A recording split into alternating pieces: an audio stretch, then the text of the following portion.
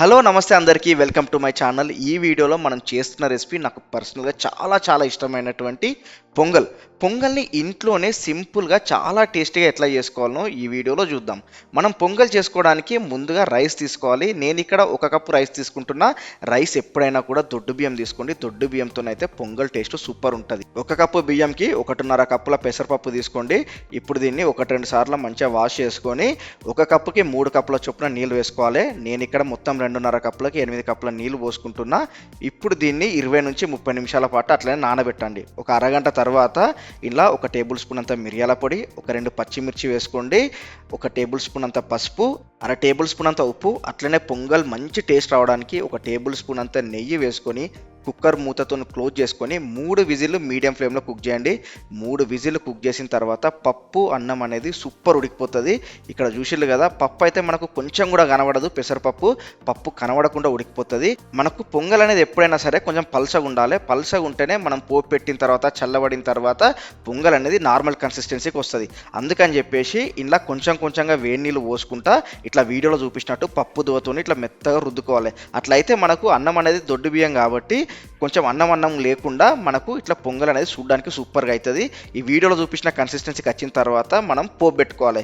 దానికోసం కడాయిలో ఒక 2 టేబుల్ స్పూన్ల నూనె, అట్లనే టేస్ట్ కోసం 1 టేబుల్ స్పూన్ అంత నెయ్యి వేసుకొని అవి వేడెక్కిన తర్వాత ఒక 10 జీడిపప్పు ఇట్లా చీల్చుకున్నవి వేసుకొని ఎర్రగా ఒకసారి వేగనియండి. ఇట్లా వేగిన తర్వాత 1 టేబుల్ స్పూన్ అంత ఆవాలు జీలకర్ర, అట్లనే ఒక 1/2 టేబుల్ స్పూన్ అన్ని మిరియాలు వేసుకొని ఒకసారి ఆవాలు జీలకర్ర మిరియాలని మంచిగా వేగనియండి. ఇప్పుడు ఇందులో ఒక 2 పచ్చిమిర్చిని సన్నగా ఇట్లా వీడియోలో చూపించినట్టు కట్ చేసుకొని అవి వేసుకొని పచ్చిమిర్చి మంచిగా వేగిన తర్వాత కొంచెం కరివేపాకు, అట్లనే కొంచెం అంత ఇంగు వేసుకోవాలి.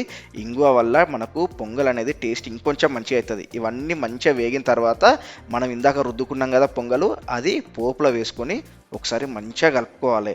చూసిరు కదా, ఈ కన్సిస్టెన్సీలో పొంగల్ ఉంటేనే మనకు పొంగల్ అనేది చల్లబడిన తర్వాత మనకు నార్మల్ కన్సిస్టెన్సీకి వస్తుంది. పెసరపప్పు కాబట్టి చల్లబడిన తర్వాత దగ్గరకు వస్తుంది. అందుకని చెప్పేసి కొంచెం వేణీళ్ళు పోసుకొని ఇట్లా రుబ్బుకోవాలి. ఇప్పుడు ఇలా టేస్ట్ ఏదైనా ఉప్పు వేసుకోండి. మనం స్టార్టింగ్ కొంచెం ఉప్పు వేసుకున్నాం. టేస్ట్ చూసుకొని ఉప్పు ఇట్లా సరిపోకుంటే ఇంకొంచెం ఉప్పు వేసుకొని ఒకసారి మంచిగా కలుపుకొని ఒక 2 నిమిషాల పాటు లో ఫ్లేమ్లో ఉడకనిచ్చి స్టవ్ ఆఫ్ చేసుకుంటే కిరాకుండే పొంగల్ అనేది రెడీ అయిపోతుంది. ఇందులో కొంచెం నెయ్యి వేసుకొని తింటే మాత్రం పొంగల్ టేస్ట్ వేరే లెవెల్. నేను వారానికి 2-3 రోజులు పెట్టినా కూడా పొంగల్ తింటా, అంత టేస్ట్ ఉంటుంది.